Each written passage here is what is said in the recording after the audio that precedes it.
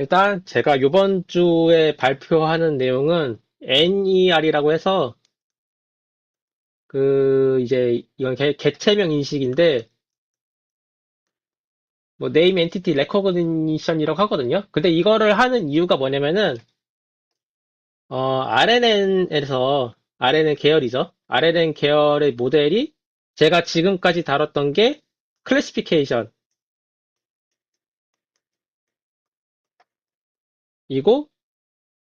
만약에 이제 RNN으로 클래시피케이션을 한다. 그러면은 이제 요때 RN이 동작하는 방식이 many to one이긴 해요. 이게 무슨 뜻이냐면은 RNN은 이제 언롤드 방식으로 그림을 그린다고 쳐볼게요. 그러면 이제 셀이 요렇게 시간 t 시점으로 뭐 그려질 거고 여기에서 입력을 매번 받겠죠. 시퀀스 랭스에 따라서 x가 0부터 해서 x가 t까지 그러면 여기까지 다 받은 다음에 가장 마지막 데이터를 내는 게 YT. 요게 이제 many to one 방식인데, 요 NER은 요거랑 달라요. NER부터는 이제 요 구조, many to many 구조로 동작을 합니다.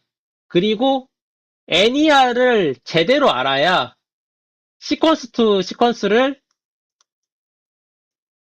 제대로 이해할 수가 있어요. 왜냐면은 시퀀스 투 시퀀스가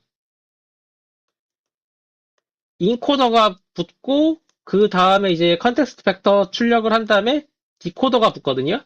근데 이 인코더의 동작은 many to one이고 이 디코더의 동작은 many to many예요. 그래서 디코더만 딱 놓고 적절한 이제 이 디코더의 동작 원리를 잘 실습할 수 있는 이제 좋은 예제가 NER 그 개체명 인식이어가지고 요걸로 진행을 했습니다. 그래서 이 NER이 이제 무엇이냐면은 이제 이건 이제 사례를 들어서 얘기를 할게요. 지금 보면 이제 그 연합뉴스에서 어떤 이제 기사가 있는데 그 기사에서 중요 단어를 이제 뽑는 거예요. 중요 단어가 따지고 보면 키워드죠.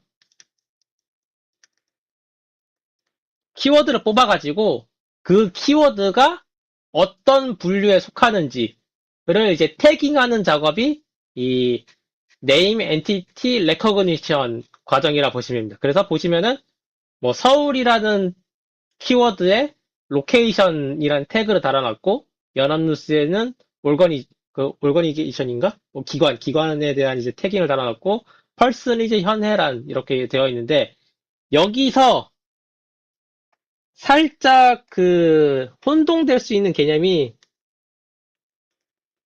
키워드랑 엔티티예요. 키워드는 중요한 단어잖아요. 그래서 지금 사실 이 연합뉴스의 이 기사에서 중요한 단어는 사실 따지고 보면은 파병이에요. 왜냐면 이 전체를 요약을 하자면은 북한이 러시아에 파병을 했다. 그러면은 거기서도 제일 중요한 건 파병을 했다라는 이제 하나의 사건이잖아요. 그럼 따지면 이 기사에 대한 키워드는 파병이지만은 지금 제가 키워드로 이렇게 설명을 하고 있잖아요. 그래서 이건 사실 키워드가 아니라 엔티티거든요. 그래서 엔티티가 무엇이냐면은 이제 예를 들어볼게요. 이 기사를 네이버 뉴스에 검색을 할 때 파병이라는 단어로도 검색을 하지만은 러시아라는 단어로도 검색을 할 수가 있고 북한이라는 단어로도 검색을 할 수가 있고 뭐 조선중앙방송 이란 단어로 검색을 했었을 때 이 기사가 검색 엔진을 통과해서 나오는 결과로 이제 나와야 되는 거거든요. 그게 이제 엔티티라고 보시면 됩니다. 그래서 그러니까 엔티티가 만약에 이 기사에 대한 내용을 검색을 할 때 그 검색에 사용되는 단어들을 미리 이제 분류하는 작업을 수행을 한다.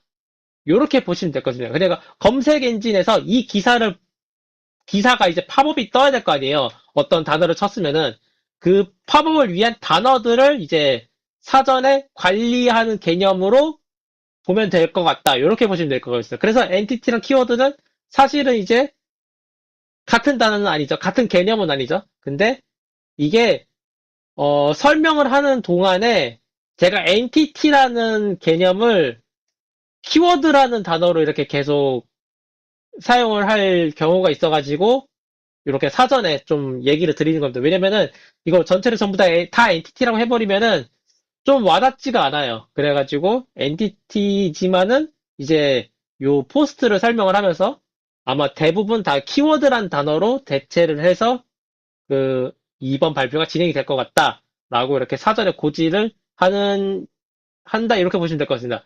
어떻게 지금 이 설명 이해가 되실까요? 네. 예. 그래서 이 엔티티에 대한 태깅 작업이 이루어지는 부분이다. 이렇게 보시면 될 것 같습니다. 그래서 이게 사실 따지고 보면은 쿼리 키 밸류의 느낌을 갖고 있다 보시면 돼요. 그래서 지금 보면은 이 NER 작업은 키랑 밸류를 만드는 작업이다. 이렇게 보시면 될 것 같습니다. 뭐 이제 쿼리는 당연히 이제 검색어를 넣는 과정이죠. 쿼리는 검색어를 넣고 키가 이 서울이라는 단어가 되는 거고 밸류는 그 서울에 대한 이제 태깅이니까 로케이션 요렇게 매겨지는 부분이다. 이렇게 보시면 될 것 같습니다. 그래서 옛날에는 어 이런 기사에서 중요한 단어 그러니까 엔티티에 해당되는 단어들을 태깅하는 거가 이제 사람이 수작업을 하거나 아니면 이제 그 그러니까 머신러닝 기법 중에서도 이 태깅하는 그 알고리즘이 있더라고요. 그런 거를 사용을 해가지고 요 네임 엔티티 레코기션 작업을 수행을 했지만은 이것이 이제 RNN의 매니 투 매니 방법론으로 사용을 하면은 딥러닝으로 이렇게 태깅 작업을 자동화하는 것이 가능하다 해서 이런 이제 실습이 이루어진다라고 보시면 될 것 같습니다. 그래서 실제로도 사실 머신러닝 기법을 사용하게 되면은 그 이제 수식을 세워야 되잖아요. 근데 그 수식이 조금 이제 복잡할 수가 있는데 딥러닝 알고리즘 쓰면은 그 부분에 대해서는 굳이 신경을 안 써도 되니까 조금 간편해진다라는 이제 어프로치가 있다 이렇게 보시면 될 것 같습니다. 그래서 보시는 것처럼 뭐 서울부터 시작해서 여러 가지 엔티티를 넣었을 때 그 엔티티에 해당되는 태깅이 요 RNN 모델로 간편하게 이루어진다라고 보시면 될 것 같습니다. 그래서 이제 데이터셋 선정 먼저 했는데요. 데이터셋은 한국에 있으니까 이제부터는 이제 제가 AI 허브 데이터를 이제 주로 활용하는 걸로 진행을 했습니다. 여기가 그 그러니까 무슨 뜻이냐면은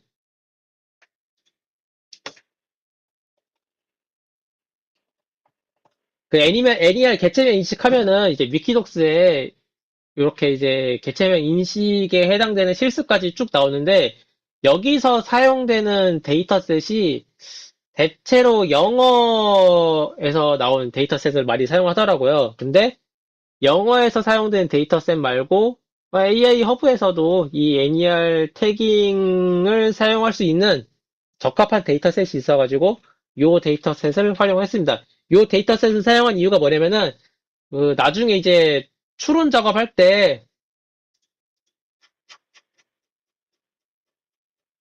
요렇게 단어가 있으면은 그 단어에 대한 태깅된 결과 모델이 태깅한 예측값이죠.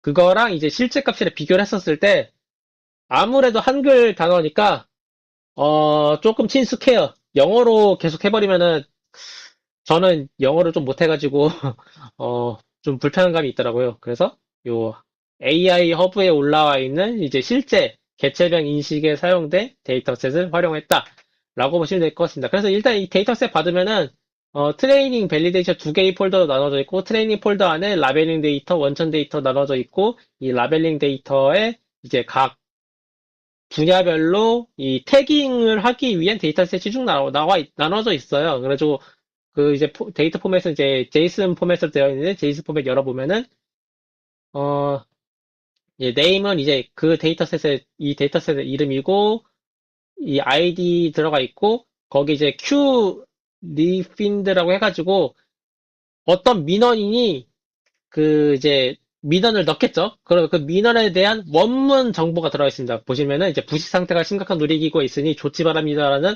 그 민원인이 이제 원문으로 이제 요청을 했어요. 그럼 거기서 중요한 키워드, 엔티티죠? 엔티티를 뽑아요. 이제 의창구라는 그 로케이션 정보가 뽑혀져 있을 거고, 그 다음에 놀이기구라고 하는 이제 어떤 이제 놀이기구는 키워드구나. 이렇게 엔티티를 하나 뽑았으면은 그것에 대한 정보를 이제 추출할 수 있는데, 그거를 이제 어쨌든 제이슨 파일이니까 추출하는 코드를 이제 작성을 했습니다. 보면 이제 그 제이슨 라이브러리 사용을 해가지고 데이터 파싱하는 과정 진행을 했고, 뽑아온 데이터는 이제 문서, 아이디, 그 다음에 문서의 컨텐츠, 원문이죠, 원문. 그 다음에 개체, 그 원문에서 중요한 키워드가 중요한 엔티티가 있을 것이고, 그 엔티티가 어떻게 이제 태깅이 되어 있는지에 대한 정보를 뽑아오는 과정을 이제 파싱을 통해서 진행을 했다. 라고 보시면 될 것 같고, 그 결과물을 이제 판다스 데이터 프레임으로 변경을 했었을 때, 보시는 것처럼 컨텐츠, 그 민원인이 넣었던 원문 데이터, 거기에 해당되는 그 중요한 엔티티에 해당되는 엔티티의 키, 엔티티의 밸류, 이렇게 이제 매칭이 돼서 이제 출력 그 파싱이 이루어졌다라고 보시면 될 것 같습니다. 그 다음에 이제 수행을 하는 게 BIO 태깅 방법론이에요. 이 BIO 태깅 방법론이 뭐냐면은 여기 보시는 것처럼 이제 원문이 있어요. 원문. 그 민원인이 넣었던 그 민원 내용이죠. 그래서 마사라포 현무 적점을 신고 드립니다라고 했는데 얘를 토크나이저를 통해 가지고 토큰화를 해요. 그러니까 그 단어나 특정 이렇게 단어들로 이제 분절을 했다는 거죠. 그러면은 마산 하포구 같은 경우는 토큰화를 실행했었을 때 이 마산 하포구 키랑 토큰화된 마산 하포구랑 똑같아요. 그러니까 여기서는 이제 단어가 분절이 안 됐어요.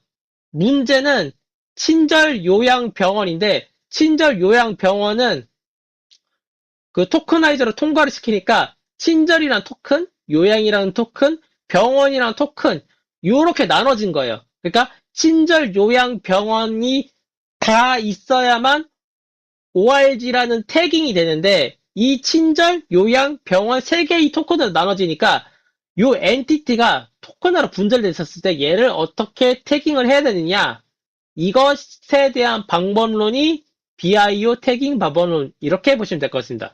그래서 어떻게 하냐면은 친절 요양 병원 세 개의 토큰으로 나눠졌잖아요. 그러면은 그 맨 앞에 있는 친절에는 비긴 슬래시를 붙이고 나머지 요양 병원에는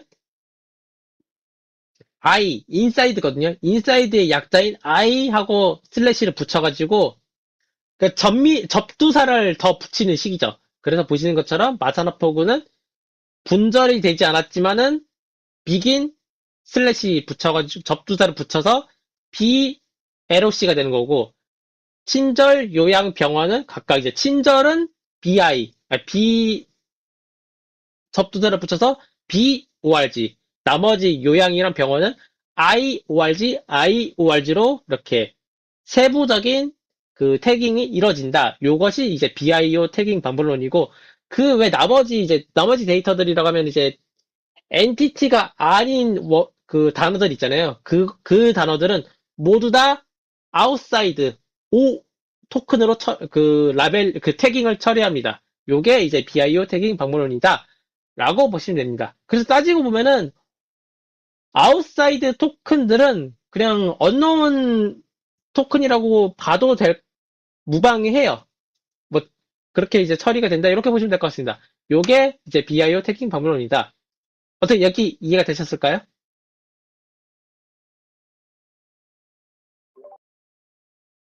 네, 근데 혹시 네네. 그 언론으로 처리하는 기준이 또 따로 있을까요?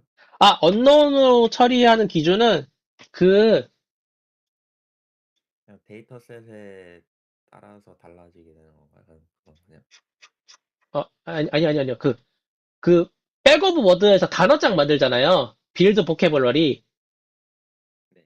빌드 보캐블러리 할 때 희소 단어 삭제하잖아요. 그러니까 희소 단어라면 이제 빈도수가 높은 단어는 단어장에 포함시키고 빈도수가 적게 나오는 단어들을 이제 배제하잖아요. 네. 그 배제된 단어들은 모두 다 언노운 토큰으로 처리된다. 이렇게 보시면 될 것 같습니다. 아, 어떻게 이해가 되셨을까요? 네. 이건 어차피 아웃사이드 토큰이랑 언노운 토큰이 어떤 관계인지 또 뒤에 또 나와요. 그거를 보면 이제 좀 더 자세하게 이해될 거라 생각이 됩니다. 아무튼 BIO 태깅 방법로는 이렇게 진행이 된다. 라고 보시면 될 것 같습니다. 그리고 이제 데이터 전처리를 해야겠죠?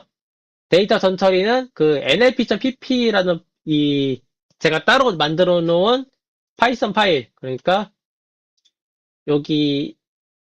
여기 이제 NLP 텍스트 전처리 모듈화 해가지고 텍스트 전처리랑 데이터 전처리를 수행하는 함수 모음집에 있는 걸로 이제 쭉 진행을 합니다. 그래서 df 클리닝이라는 함수를 쓰면은 이 로우 데이터 있잖아요. 이렇게 데이터 프레임으로 변환시킨 데이터. 거기에 있는 결측치랑 중복치를 다 제거해 주고요.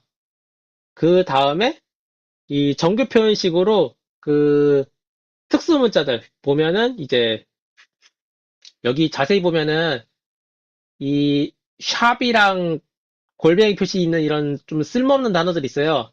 그런 단어들을 제거해주는 정규 표현식 기반 이 함수들 적용을 하고요. 적용을 할 때 이 컨텐츠는 원문이잖아요.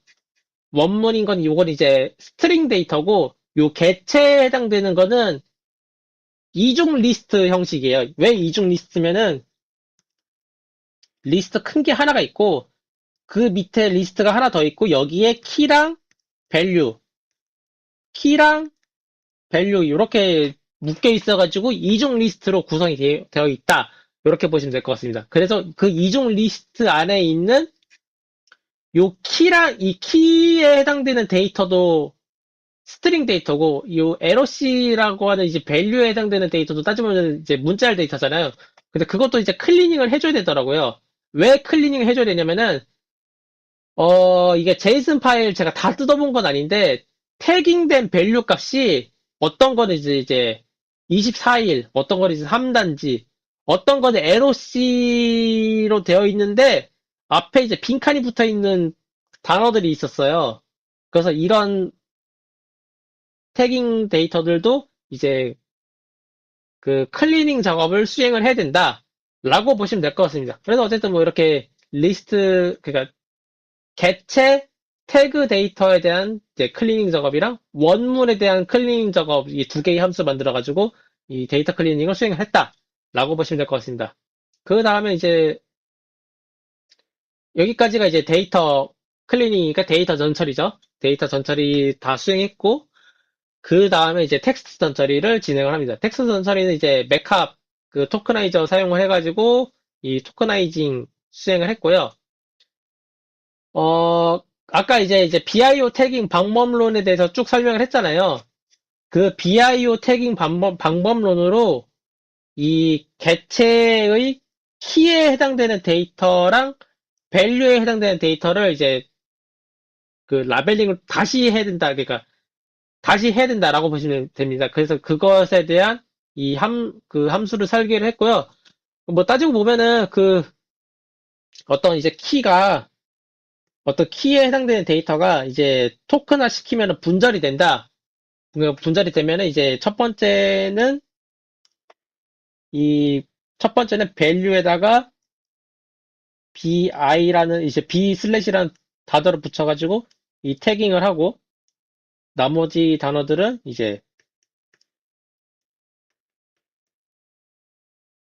i라는 단어를 붙여가지고 태깅을 시작을 한다. 이렇게 보시면 될 것 같습니다. 그래서 요 bio 함수는 이렇게 설계를 했고 그 결과를 보면은 이런 식으로 마산하프구라는 단어는 이제 토큰화를 시켜도 이 분절이 안 돼가지고 그냥 BLOC 하나의 단어로 이제 태깅 그 밸류가 나왔고, 친절 요양병원은 친절 요양병원으로 나눠지니까 각각 이제 B, I 붙여가지고 올거나이제이션에 대한 이제 세 개의 태그, 그 세 개의 밸류로 이렇게 태깅이 적절하게 이루어진다. 라고 보시면 됩니다. 그래서 토큰화된 데이터의 개수랑 라벨링된 데이터의 개수가 똑같아요. 지금 보면은 하나, 둘, 셋, 넷, 하나, 둘, 셋, 넷, 다, 한 13개 정도 되는 것 같아요. 13개에 해당되는 데이터랑 라벨링된 데이터 그 리스트 개수죠. 그러니까 하나의 문서에 대해서 토큰화를 시켜가지고 20개가 나왔다. X 데이터가 20개가 나왔으면은 Y 데이터도 똑같이 20개가 나온다. 라고 보시면 됩니다. 그래가지고 X랑 Y의 개수가 같으니까 many to many 방법론이 적용이 된다. 이렇게 보시면 될 것 같아요. 어때 여기 이해가 되실까요? 네. 예. 그렇게 이제 진행이 됐고, 이제 나머지 텍스트 전처리 뭐 데이터셋 분리하는 거 훈련, 검증, 테스트 이렇게 분리를 했고, 그 다음에 트레인의 훈련이랑 이제 검증에 해당되는 데이터셋만 단어장에 참가를 시키는 방법을 진행을 했습니다. 그리고 어, 그 단어장 만들 때 태깅된 단어들만 이제 단어장에 참가를 시켰고요. 만약에 이제 그 태그된 단어가 BIO 태깅 방법론에 의해서 아웃사이드 태그가 된 단어들은 이 단어장에 아예 참가를 안 시켰어요. 그래가지고 요 과정을 보시면은 이렇게 함수를 이제 따로 설계를 했고요. 왜 그렇게 했냐면은 어차피 아웃사이드가 언노운 토큰으로 처리되는 거랑 거의 똑같아가지고 그 이제 태깅되는 그 의미 있는 단어, 그러니까 엔티티에 해당되는, 그러니까 키에 해당되는 단어, 엔티티에 해당되는 단어들만 단어장에 포함을 시키고 이 희소 단어 처리는 안 한다. 이렇게 보시면 될 것 같습니다. 어떻게 여기 이해가 되실까요?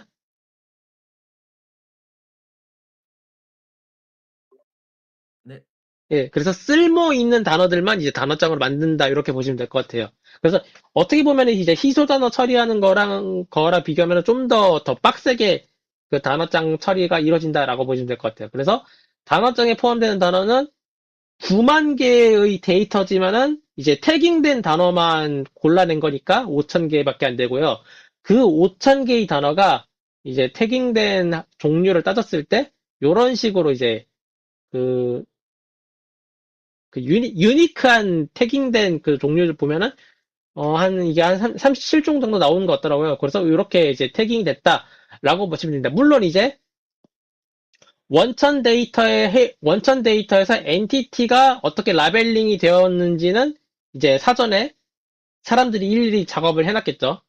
그런 작업이 이루어져가지고 그 결과물을 이렇게 그 분석을 했다라고 보시면 될 것 같습니다. 그리고 이제 거기서 훈련 데이터랑 그다음에 검증 데이터만 가지고 이제 단어장을 다시 만들었다라고 보시면 될 것 같아요. 그래서 단어장은 여기는 이제 전체 데이터셋에 대한 이제 분석이고요. 이제 실제 모델 구동할 때 사용되는 데이터는 훈련이랑 검증 데이터셋만 사용하는 거니까 훈련 데이터셋 안에 있는 단어장, 그 다음에 검증 데이터셋 안에 있는 단어장 두 개 합치고 훈련 데이터셋에 해당되는 태깅 정보랑 검증 데이터셋에 해당되는 태깅 정보 두 개를 합쳐가지고 그 이제 유니크 셋이죠. 셋으로 이제 걸러내는 작업을 했다라고 보시면 될 것 같습니다. 그래서 단어장 포함된 거는 5328개고 여기 태깅된 정보는 37개 정도 나왔어요. 그래서 그것만 가지고 이렇게 단어장 만드는 게 진행이 됐다라고 보시면 됩니다. 그래서 단어장이 만들어졌으니까 이제 그거를 이제 정수 인코딩 해야 되는데 정수 인코딩이 두 가지로 나눠서 이루어져요. 하나는 이제 워드2 인덱스는 아까 5328개에 대한 단어장이 그 인덱스 정보가 쭉 있을 거 아니에요. 그 인덱스된 정보로 이렇게 정수 인코딩이 이루어지고요. 그 다음에 태그도 이제 38종인가 37종 나오거든요. 그러면 그 37종이나 38종에 대한 것도 태그 투 인덱스라는 이제 태그 인덱스 매겨가지고 라벨 데이터가 이제 범주형 데이터니까 그것도 이제 동일하게 이렇게 정수로 이제 라벨 그 인코딩이 진행이 된다라고 보시면 될 거죠. 그래서 X 데이터도 정수 인코딩이 돼야 되고요. Y 라벨 데이터도 동일하게 이제 정수 인코딩이 돼야 되는데 거기에 사용되는 그 범주형 데이터의 인덱스 딕셔너리가 이제 각각 따로 사용된다라고 보시면 될 것 같습니다. 어떻게 여기 이해가 되셨을까요? 네, 그러니까 그 X 데이터에는 아까 그 분절된 그리고 그게 제외된 5328 단어장이죠, 어쨌든. 네네네. 네, Y 데이터는 유니크한 그 레이블 네, 맞습니다. 장. 예. 네, 그래가지고, 이제, 어쨌든, 이 워드2 인덱스랑 태그2 인덱스 두 개를 만들었으니까, 맨 앞에 이제 스페셜 토큰을 꼭 넣잖아요. 그 스페셜 토큰 넣을 때, 워드2 인덱스는 패드, 언노운 토큰 두 개가 들어가야 되지만은, 태그2 인덱스에서는 어차피 아웃사이드에 해당되는 게, 이 언노운 토큰 역할을 거의 다 수행을 하니까, 태그2 인덱스에는 스페셜 토큰이 패드만 들어가고, 워드2 인덱스에는 패드, 언노운 토큰 두 개가 들어간다. 이렇게 보시면 될 것 같습니다. 네, 예. 그래서 이제 보시는 것처럼 이제 스페셜 토큰 두 개, 이제 X 데이터용은 패드랑 언노운 토큰, Y 태그용 데이터는 패드 딱 하나만 이제 토큰 선언해주고, 이 워드2 인덱스, 태그2 인덱스, 그 다음에 얘랑 거울상 딕셔너리에 해당되는 인덱스 두 워드랑 인덱스 태그 두 개 만들어서 요 이제 이걸 이 두 개를 만드는 과정에 해당되는 함수를 구동을 하고요. 그 다음에 이거 두 개를 이제 각각 X 데이터랑 Y 데이터에 적용을 시켜가지고 범주형 데이터인 X랑 범주형 데이터인 Y 데이터를 각각 이제 정수 인코딩을 진행을 한다. 라고 보시면 될 것 같습니다. 그래서 이제 결과물 한번 확인을 해봐야겠죠? 원문에 그러면 해당, 네네. Y에는 굳이 태깅 토큰이 필요한가요? 어차피 언노운으로 처리하면 되는 거 아닌가요? 아, 패드. 그, 왜 해줘야 되냐면은요, 어, 이게 이거 어떻게 설명을 해드려야 되나? 다시 한 번만 말씀해 주시겠어요? 그러니까 패딩 어쨌든 그거 그 컨텍스트 렌트를 맞추기 위한 거잖아, 인풋에. 네네, 패드 토큰인데, 그래서 X에는 그게 납득이 되는데 Y 이제 태그 할 때 작업 자체는 그냥 언노운으로 그 O로 된 그 토큰 있잖아요, 두 번째. 그걸로 아웃사이드로요? 그냥 네, 통일시키면 되는 게 아닌가 싶어서. 그게, 나중에 모델 돌릴 때, 그, 뒤에서 설명을 하긴 할 텐데, 어디였지? 어, 여기, 크로스 엔트로피 로스에 이그노얼 인덱스라는 게 있어요. 이 이그노얼 인덱스에다가 패드 토큰에 해당되는 인덱스를 넣을 수가 있거든요? 네, 그래가지고,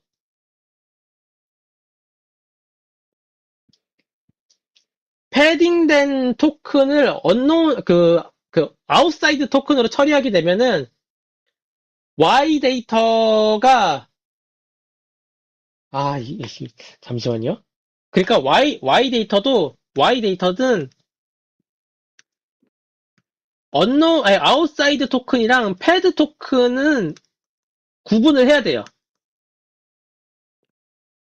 구분을 안 하게 되면은, 나중에 이제 크로스 엔트로피 로스 돌릴 때, 아, 조금 어려워지는 게 있고, 이게, 이게 세그멘테이션으로 넘어가게 되면은, 그, 세그멘테이션으로 넘어갔을 때, 이제 사람에 대한 면적을 이렇게 만들잖아요. 그 다음에 이 배경은 다 흑색 처리하잖아요. 그래서 이 아웃사이드 토큰이나 패드 토큰을 이 세그멘테이션을 보게 되면은 알 수 없는 객체가 에 대한 세그멘테이션이라 배경은 구분을 해야 된다. 이렇게 보시면 될 것 같습니다. 아, 이게 제가 지금 잘 설명을 하고 있는지가 조금 아니, 잘 설명 못 하고 있죠, 지금. 그러니까, 궁금한 게 네네네. 그 만약에 훈련이 다 끝났다는 가정하에 예, 어떤 인풋에 이런 인풋 토큰 했을 때 패딩이 만약에 있어요. 그 네네네. 시퀀스에. 예. 그럼 그거에 대해서 결과값이 패딩으로 나오길 원하시는 거예요? 아니면은 O로 나오길 원하시는 거예요? 아, 그건 다 패딩으로 나오길 원해요. 그러면은 로스에서 이그노를 하면 안 되는 거 아닌가요? 아, 로스에서 이그노를 하게 되면은 그 레이블에 대해서는 학습을 못 하는 게 아닌가? 라는 생각이 드네요. 그게, 어, 이게 나중에 추론 작업을 할 때 나오는 거긴 한데요. 잠시만요. 제가 지금 코드가 기억이 안 나가지고.